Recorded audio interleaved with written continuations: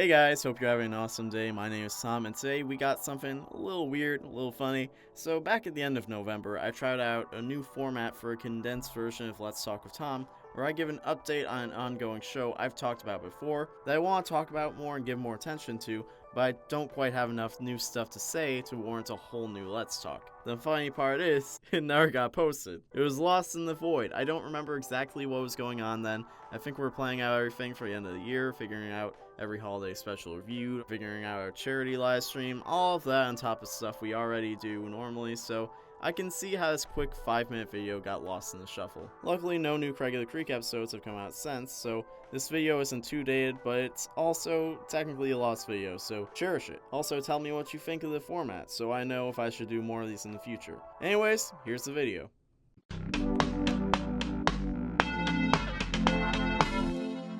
Hello everyone, my name is Tom, and welcome back to Let's Talk with Tom, the show where we casually discuss a show I want to talk about. Now, this is going to be more of a, hey, let's check in on this show type of video, and my face is kind of breaking out, and my beard is weird, and I'm self-conscious, so I'm in a recording booth instead of in front of a camera, that way none of you can judge me, because I'm extremely insecure, and yeah, we don't have to go into that. A while ago, we talked about Craig of the Creek, a new show on Cartoon Network that showed a lot of promise and bridged a gap between new and old childhood experiences. I discussed this back in April when there were only about 10 episodes out, and since then the show has continued onward and evolved a bit. So I want to talk about how the show has evolved and give an update for those of you who haven't been keeping up. For those of you just joining us, Craig of the Creek is a show about a boy named Craig who lives in a suburban neighborhood with his family and friends JP and Kelsey. The show is brought to us by Ben Levin and Matt Burnett, two former writers for Steven Universe. I've compared the show to Kids Next Door, others have compared it to Ed, Edd and Eddy, but now it's proven to take on a life of its own. Craig of the Creek is a unique show that despite similarities isn't quite like anything we've ever seen. It's firmly placed in the genre of kids' world stories, and because of that, Craig was destined to be compared to countless other cartoons, but with aspects from other genres combined with the fact that this is one of the first installments we've had to this category of worlds and stories in a long time, means that the real world has changed drastically from technological and social advancements, and because of that, Craig of the Creek offers something unique that shows of the past like it weren't able to. Some of these aspects include LGBT+ representation that would have never happened back then, anime influence within the universe itself, and of course the presence of social media and the internet. But more than anything, the way the shows are made has changed, and that's a uniqueness that we haven't seen in Craig of the Creek until now. Craig of the Creek pays homage to shows of the past by giving many quality one-off episodes. There are isolated stories that don't demand background knowledge about the world, characters, or plot for you to follow along, but despite that, these stories manage to take the viewer on a satisfying journey when done right. But in the modern day, you need a hook. You need an overarching story that can span across an entire arc in order to make your mark and get people coming back. This is something that Craig of the Creek is just now starting to do. In the episode Under the Overpass, Craig finds a honeysuckle plant in the creek and takes it to the trading tree. When Kit the trader sees the value of the honeysuckle,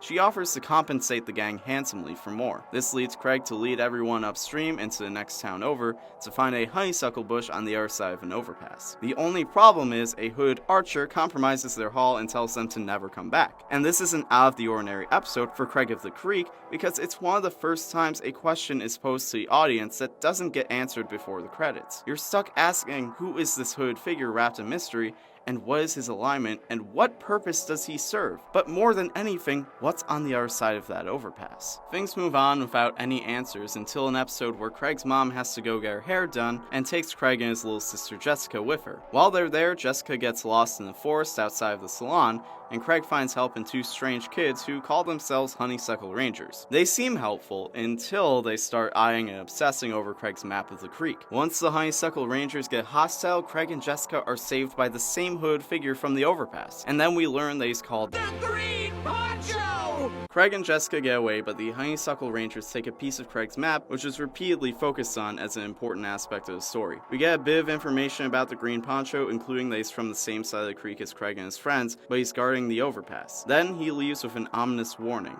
Beware those who bear the mark of the mill. This is referring to the marking the Honeysuckle Rangers had on their arms, and the same marking seen under the overpass, and the same marking that the Green Poncho was checking for when he rolled up Craig's sleeves during their last interaction. Then once again, the episode leaves us with questions that have no answers. Yet. And this is as far as we've gone so far, but it is clear that Craig of the Creek is setting up for something big in the near future. The show started off as a lighthearted revisiting of the old Kids World genre, but it didn't have too much substance beyond exploring the world and introducing the characters in it. But with the introduction of the overpass, the Green Poncho, and the Honeysuckle Rangers, there's a whole new layer to everything happening, and it raises the potential for the show's quality overall. Now we're seeing mystery elements and more characteristics that make the world unique. All of this which could be leading up to one of the more interesting arcs in animation right now. Maybe there will be a turf war, maybe Craig and his friends will lose the creek and have to take it back, or they'll have to work to coexist with the kids on the other side of the overpass. Right now, things are still very vague, but we're traveling into uncharted waters, which is exciting for a show based in adventure that already has an established status quo. Now, for anyone who has been sleeping on Craig of the Creek, it's a great time to get up to speed and start investing in what's going on, because if this show is going to get seriously good anytime soon, it's going to be right about now. And I know a lot of y'all are about to go on break for the holidays in just a little bit, as long as this video gets posted when I think it will. So I know a lot of you are going to have time to catch up, but as always, I hope you have an awesome day, and I'll see you next time. Roll the outro. Thank you for watching Let's Talk with Tom on the Roundtable, but